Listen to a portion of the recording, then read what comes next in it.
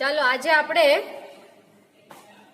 NH2 છેડા પરથી amino એસિડનો ક્રમ નક્કી કરવા માટેની બીજી પદ્ધતિ જોઈશું. લાસ્ટ ટાઈમ આપણે પહેલી પદ્ધતિ સેન્જરની પદ્ધતિ શીખ્યા હતા. આજે બીજી પદ્ધતિ જે આ પ્રમાણે છે. એમિનો સમૂહ છેડા પરથી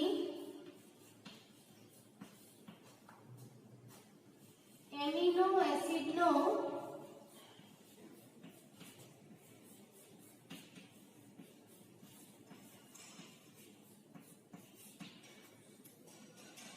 ક્રમ નક્કી કરવા માટેની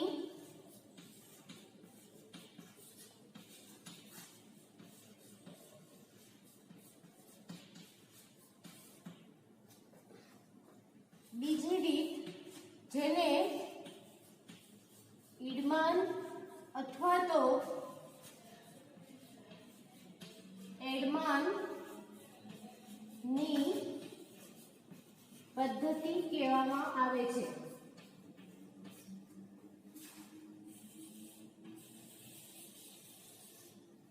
તો આજે આપણે એમિનો NH2 છેડા પરથી એમિનો એસિડનો ક્રમ નક્કી કરવા માટેની બીજી પદ્ધતિ જોઈએ. તો આ પદ્ધતિમાં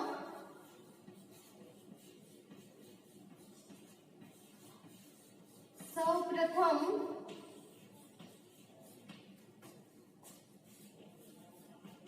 ફિનાઇલ આઇસો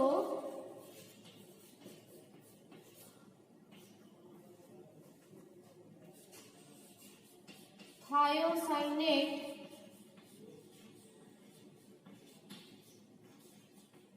પ્રક્રિયા સાથે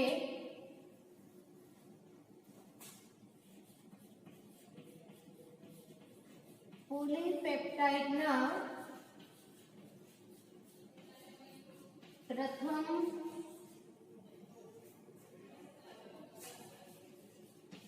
એમિનો એસિડના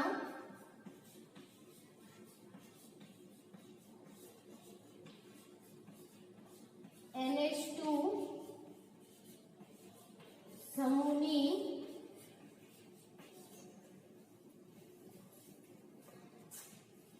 પ્રક્રિયા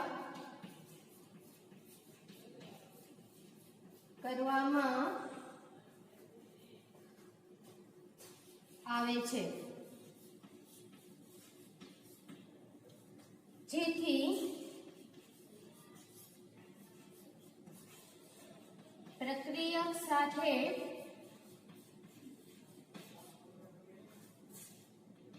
NH2 સમૂહ પ્રથમ એમિનો એસિડનો જોડાય છે. ત્યારબાદ તેનું એસિડિક જળ વિભાજન કરતા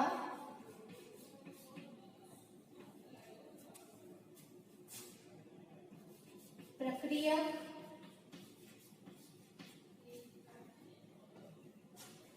અને પ્રથમ એમિનો એસિડની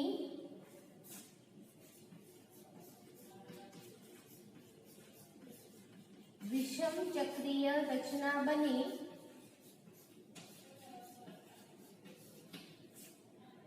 પોલીપેપ્ટાઇડથી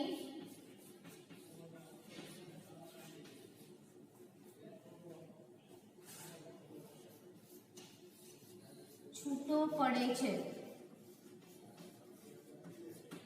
તો આ પદ્ધતિમાં સૌપ્રથમ ફિનાઇલ આઇસોથાયોસાઇનેટ પ્રક્રિયકનો ઉપયોગ કરવામાં આવે છે, જેની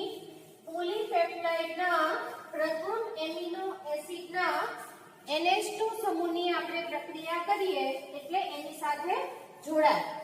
ત્યારબાદ એનું આપણે એસિડિક જળ વિભાજન કરીએ એટલે પ્રક્રિયક અને પ્રથમ એમિનો એસિડ વચ્ચે વિષમ ચક્રીય રચના બને અને ઈ પોલીપેપ્ટાઇડ થી અલગ થાય. આ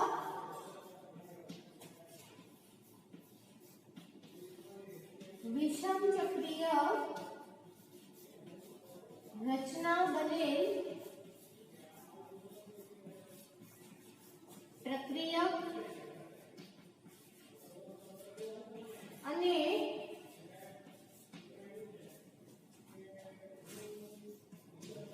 પ્રથમ એમિનો એસિડનું બેરિયમ હાઇડ્રોક્સાઇડ વડે જળ વિભાજન કરવામાં આવે છે, જેથી પ્રક્રિયકથી પ્રથમ એમિનો એસિડ છૂટો પડે છે.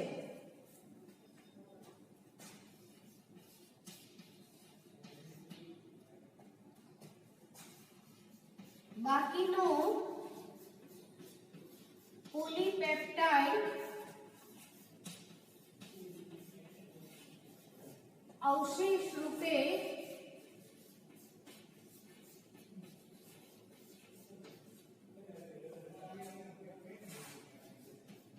રહે છે.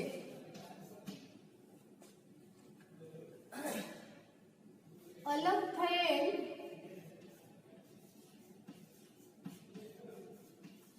પ્રથમ એમિનો એસિડ ની ક્રોમેટોગ્રાફી કરી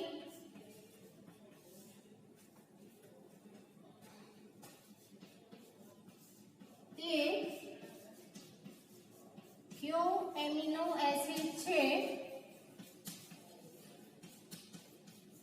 તે નક્કી કરવામાં આવે છે. તો આ પ્રમાણે જે પ્રક્રિયક અને પ્રથમ એમિનો એસિડની વિષમ ચક્રીય રચના બની હતી, જેનું આપણે બેરિયમ હાઇડ્રોક્સાઇડ વડે જળ વિભાજન કરીએ એટલે પ્રક્રિયકથી પ્રથમ એમિનો એસિડ અલગ થાય.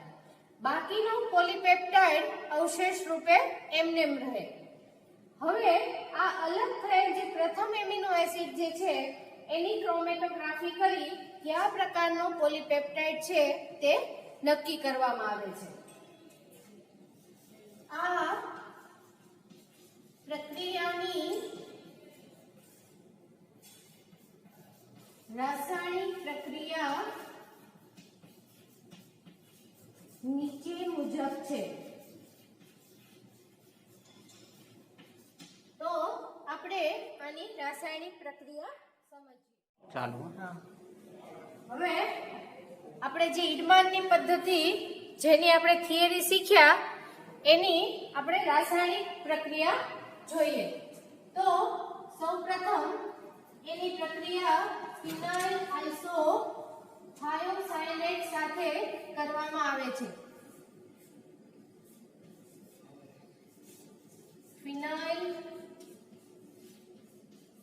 આઇસોથાયોસાયનેટ સાથે કરવામાં આવે છે, જેની આપણે પોલીપેપ્ટાઇડ સાથે પ્રક્રિયા કરીએ. NH2CH R1 CO NH CH R2 CO NH CH R3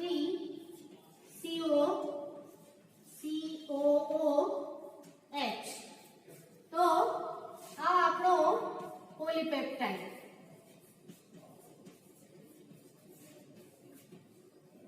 આ બંનેની આપણે પ્રક્રિયા કરીએ ત્યારે RNH2 નો એક હાઇડ્રોજન આ નાઇટ્રોજન ઉપર ટ્રાન્સફર થાય એટલે આપણને C6H5 NH C double bond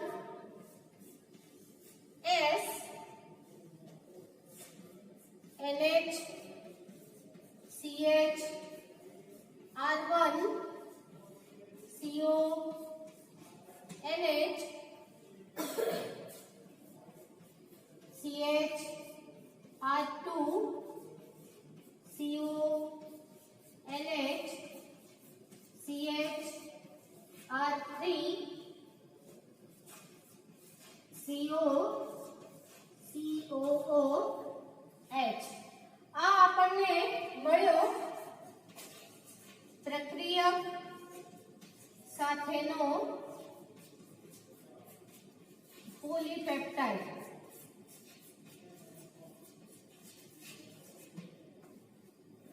આનું આપણે એસિડિક જળ વિભાજન કરીએ.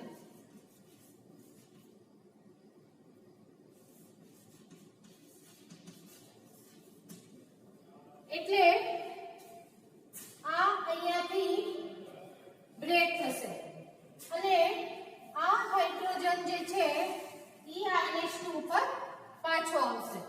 બાકીનો પોલીપેપ્ટાઇડ પ્રક્રિયામાં ભાગ લેશે નહીં અને અવશેષ રૂપે એમને રહેશે. તો આ આવે NC6H5 C double bond S NH CH R1 C double bond O. આ આપણને મળ્યો પ્રક્રિયક સાથેનો પ્રથમ એમિનો એસિડ અને બાકીનો NH2 CH R2 CO NH CH R3 CO COOH. આ દ્રાવણમાં પોલીપેપ્ટાઇડ નો અવશેષ એમને રહે. હવે આ જે પ્રક્રિયક સાથેનો પ્રથમ એમિનો એસિડ જે છે એનું આપણે બેરિયમ હાઇડ્રોક્સાઇડ વડે જળ વિભાજન કરીએ એટલે પ્રક્રિયકથી પ્રથમ એમિનો એસિડ જુદો પડે.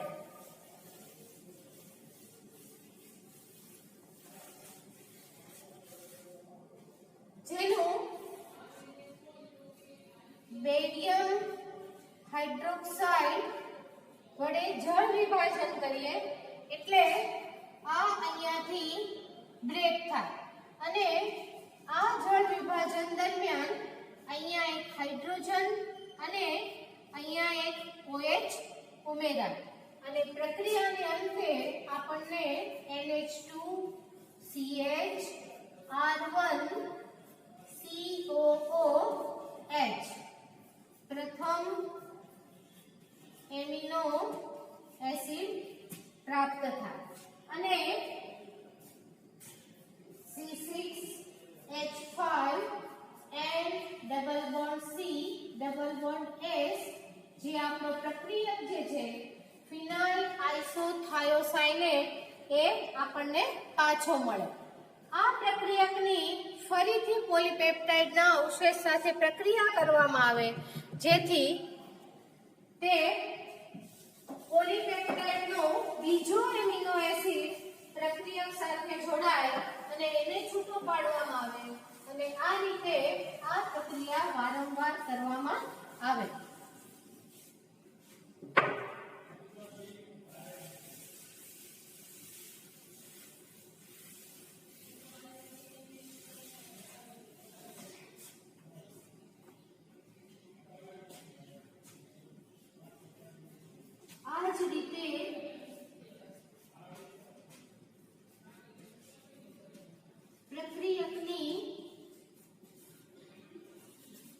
થી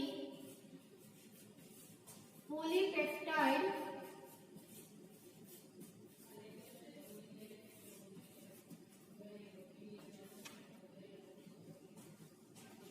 ના અવશેષ સાથે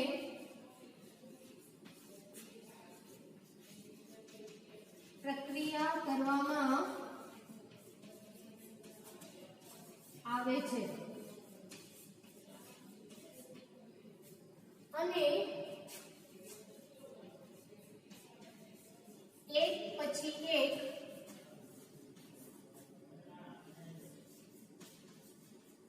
એમિનો એસિડ ને અલગ કરવામાં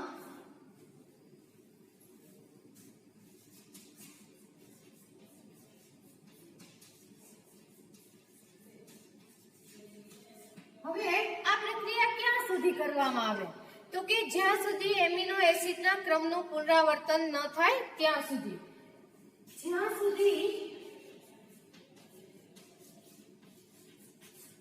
એમિનો એસિડના ક્રમનું પુનરાવર્તન ન થાય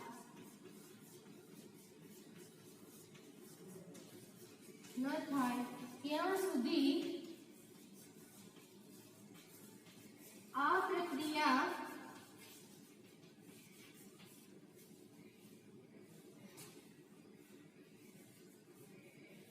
ચાલુ રાખવામાં આવે છે જે હું તમને અહીંયા સમજાવું સપોઝ આપણી એક સિરીઝ છે H GLY ALA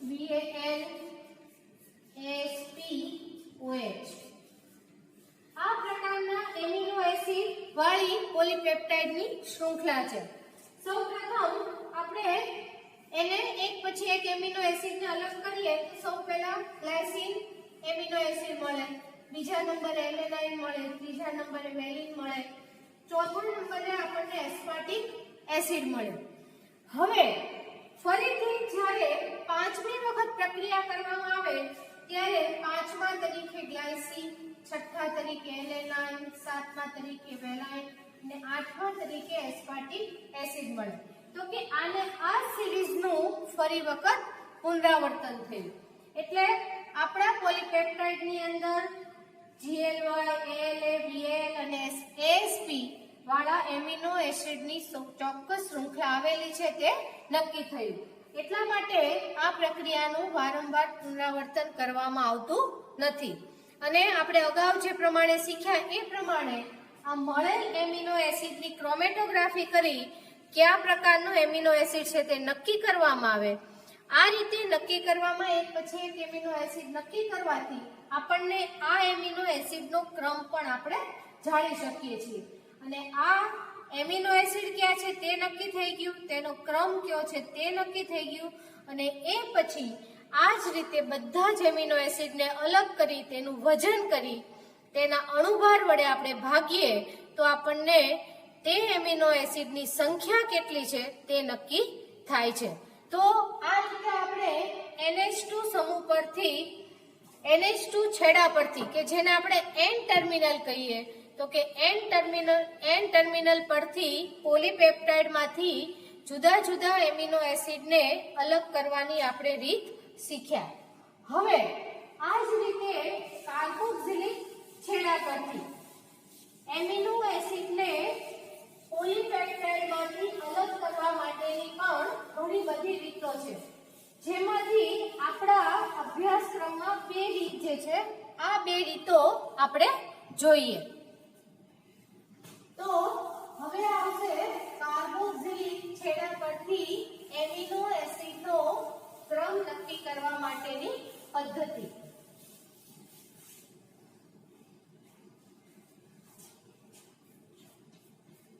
કાર્બોક્સિલિક છેડા પરથી એમિનો એસિડનો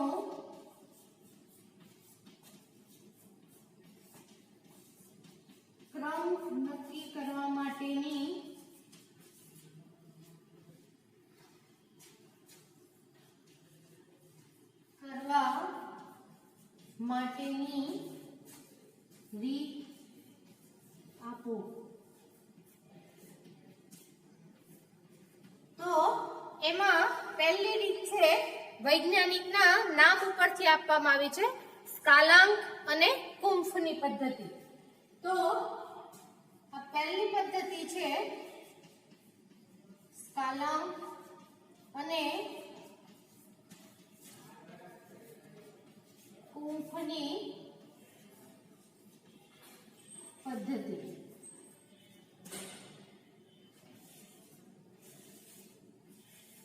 તો આ પદ્ધતિમાં સૌપ્રથમ પહેલા કોઈ પણ જે પોલીપેપ્ટાઇડ જે છે એ પોલીપેપ્ટાઇડના એમિનો સમૂહને આપણે રક્ષિત કરવો પડે છે। તો આ પદ્ધતિમાં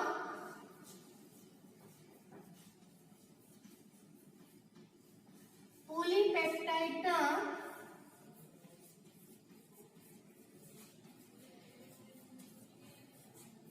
NH2 છેડાને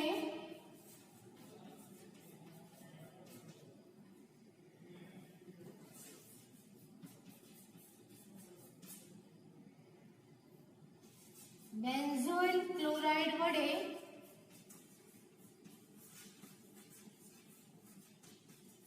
રક્ષિત કરવામાં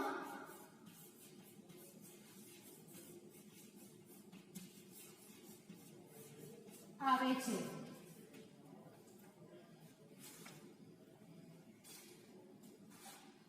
ત્યારબાદ આ રક્ષિત પોલીપેપ્ટાઇડના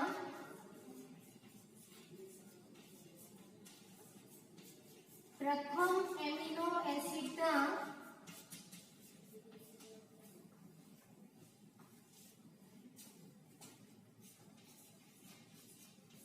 કાર્બોક્સિલિક સમૂહ સાથે એમોનિયમ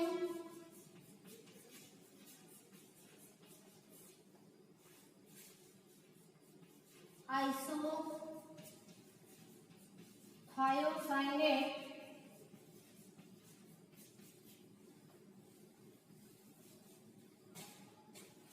પ્રક્રિયકની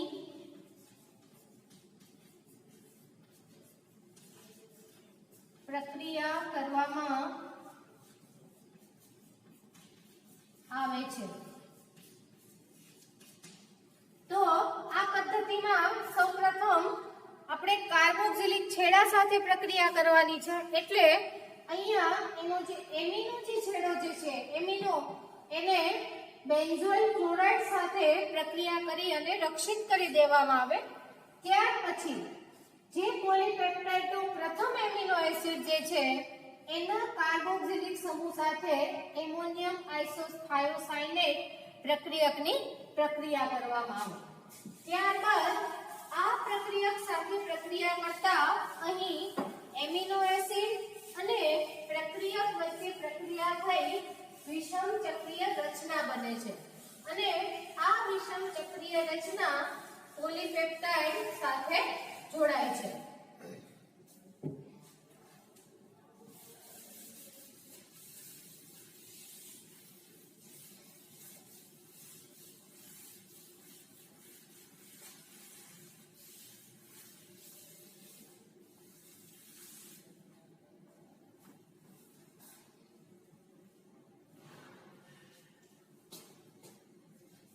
પ્રક્રિયક અને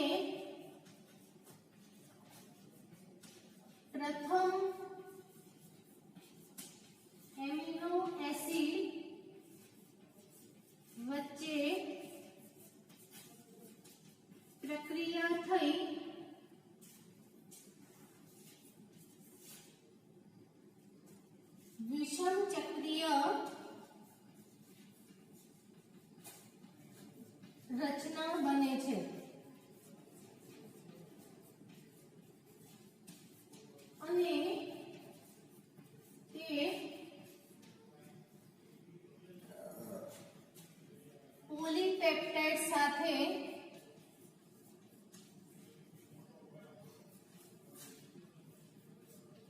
જોડાય છે.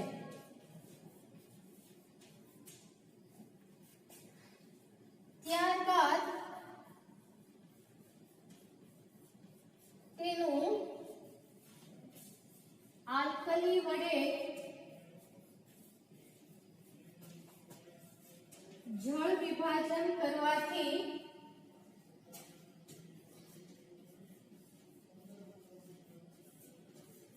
પ્રક્રિયક સાથેનો પ્રથમ એમિનો એસિડ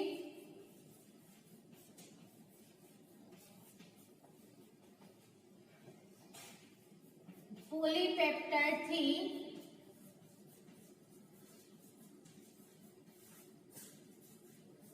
જુદો પડે છે.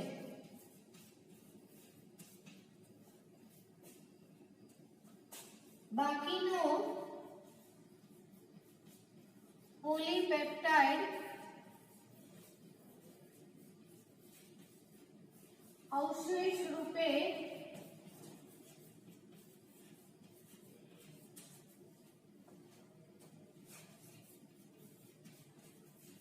રહે છે.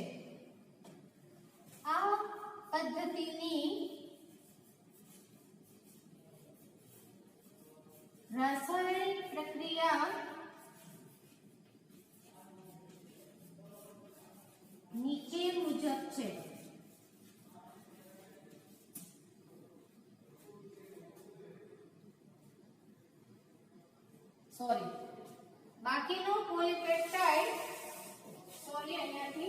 બાકીનો પોલીપેપ્ટાઇડ અવશેષ રૂપે એમનેમ રહે છે. હવે પ્રક્રિયક સાથેના પ્રથમ એમિનો એસિડનું બેરિયમ હાઇડ્રોક્સાઇડ વડે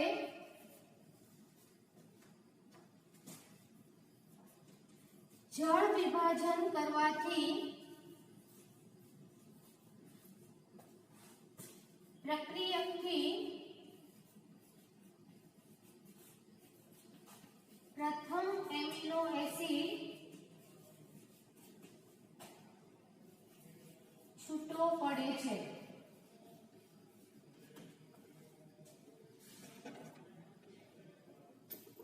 આ જે પ્રક્રિયકથી પ્રથમ એમિનો એસિડ અલગ પડ્યો એની ફરીથી ક્રોમેટોગ્રાફી કરવામાં આવે છે અને તે કયા પ્રકારનો એમિનો એસિડ જે છે તે નક્કી કરવામાં આવે છે.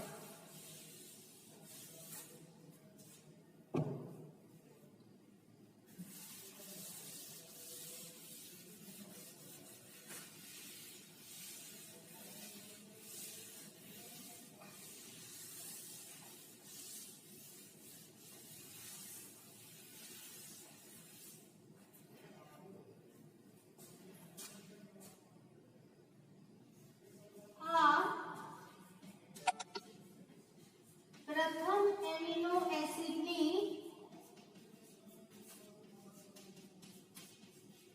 ક્રોમેટોગ્રાફી કરી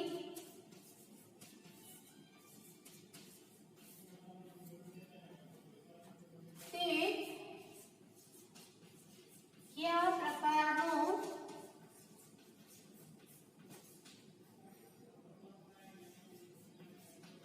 એમિનો એસિડ છે તે નક્કી કરવામાં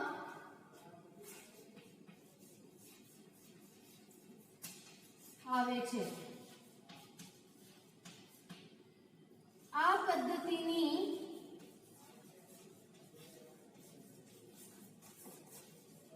રાસાયણિક પ્રક્રિયા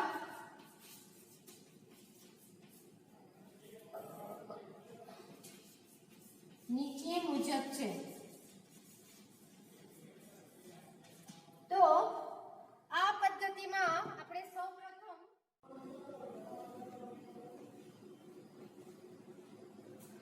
સૌપ્રથમ બેન્ઝોઇલ ક્લોરાઇડ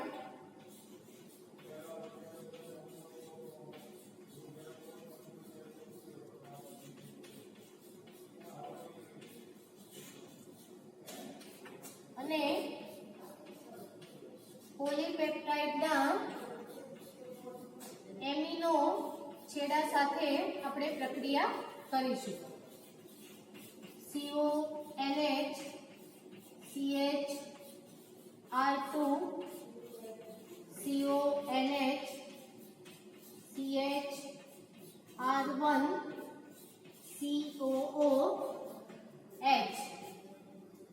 આ બંનેની આપણે પ્રક્રિયા કરીએ એટલે અહીંયાથી Cl અને અહીંયાથી એક હાઇડ્રોજન રિમૂવ થાય, HCl રિમૂવ થાય અને આપણને C6H5 CONH NH CH R3 CONH CH R2 CONH CH R1 COOH. આ પ્રમાણેનો રક્ષિત કરેલ પોલીપેપ્ટાઇડ મળે. આ પોલીપેપ્ટાઇડની આપણે અહીંયા એમોનિયમ આઇસોથાયોસાયનેટ સાથે પ્રક્રિયા કરીએ. એમોનિયમ આઇસોથાયોસાયનેટ સાથે પ્રક્રિયા કરીએ એટલે આ પ્રથમ એમિનો એસિડ અને આ બંને વચ્ચે પ્રક્રિયા થઈ અને વિષમ ચક્રીય રચના બનશે.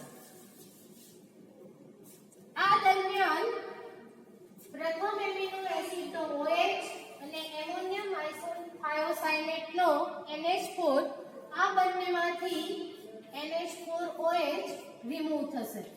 NH4OH આ પ્રક્રિયા દરમિયાન દૂર થાય અને પ્રક્રિયાની અંતે C6H5 CONH NH CH R3 CONH CH R2 CO. એ પછી સૌપ્રથમ NC ડબલ બોન્ડ S અહીંયાથી આપણે લઈએ, અહીંયાથી NH CH R1 CO. આ પ્રમાણે વિષમ ચક્રીય રચના પ્રથમ એમિનો એસિડ પ્રક્રિયક સાથે બનાવે. હવે જેનું આપણે એસિડિક જળ વિભાજન કરીએ એટલે એસિડિક જળ વિભાજન કરતા અહીંયાથી આ બ્રેક થાય. એસિડિક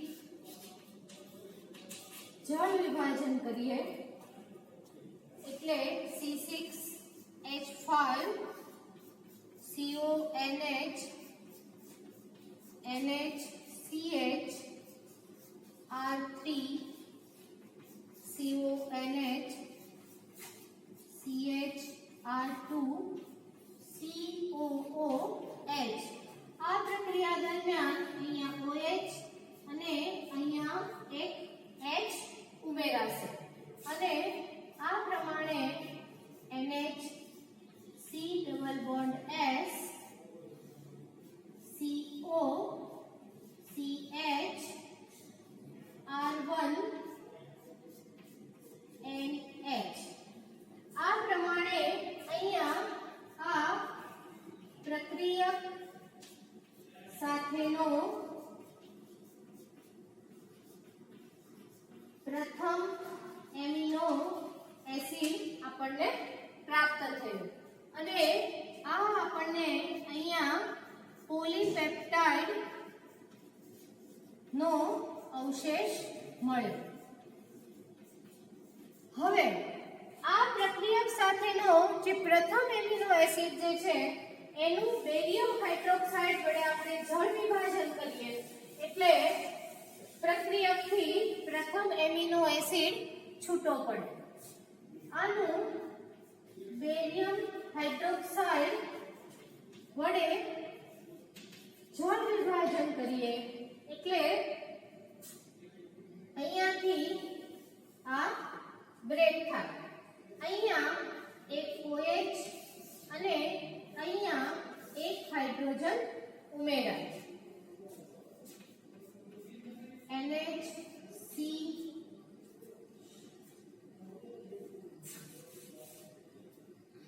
HN આ આપણને પ્રક્રિયક અહીંયા પાછો હાઇડ્રોજન સ્વરૂપે મળે. હાઇડ્રોજન આઇસો થાયોસાયનેટ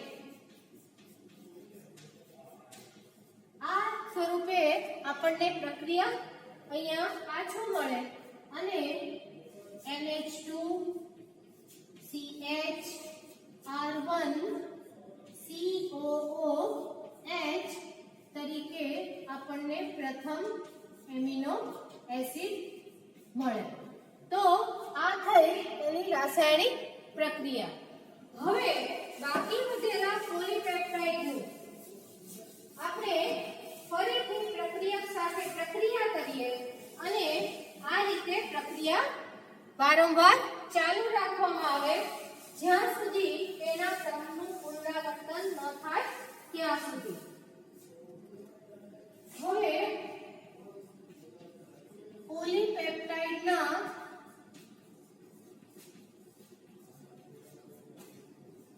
અવશેષની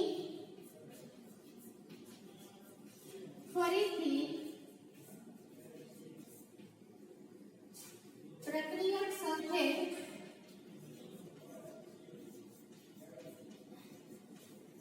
પ્રક્રિયા કરતા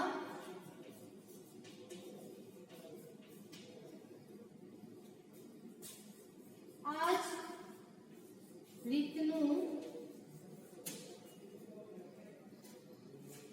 પુનરાવર્તન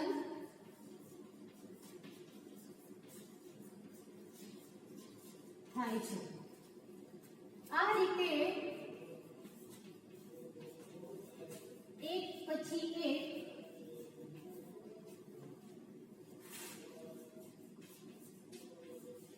એમિનો એસિડને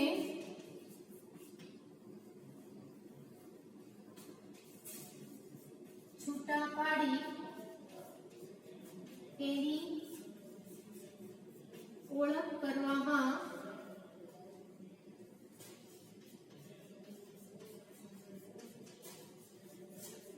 આવે છે. જ્યાં સુધી એમિનો એસિડના ક્રમનું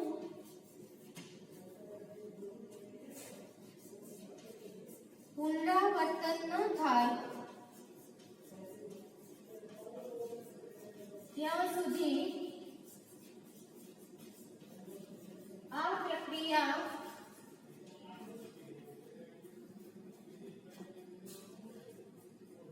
ચાલુ રાખવામાં આવે છે. તો આજે આપણે બે પ્રક્રિયા કરી. એક NH2 છેડા પરથી એમિનો એસિડનો ક્રમ નક્કી કરવા માટેની પદ્ધતિ અને બીજું કાર્બોક્સિલિક છેડા પરથી એમિનો એસિડનો ક્રમ નક્કી કરવા માટેની સ્કાલાંક અને કુંફની પદ્ધતિ. હવે આ ટોપિકમાં ફક્ત કાર્બોક્સિલિક છેડા પરથી એમિનો એસિડનો ક્રમ નક્કી કરવા માટેની એક પદ્ધતિ બાકી રહી અને બીજું થોડીક પ્રોટીન વિશેની સામાન્ય માહિતી. એના પછી આપણે નવું ટોપિક વિટામિન્સ અને હોર્મોન્સ સ્ટાર્ટ કરીશું. Okay, thank you.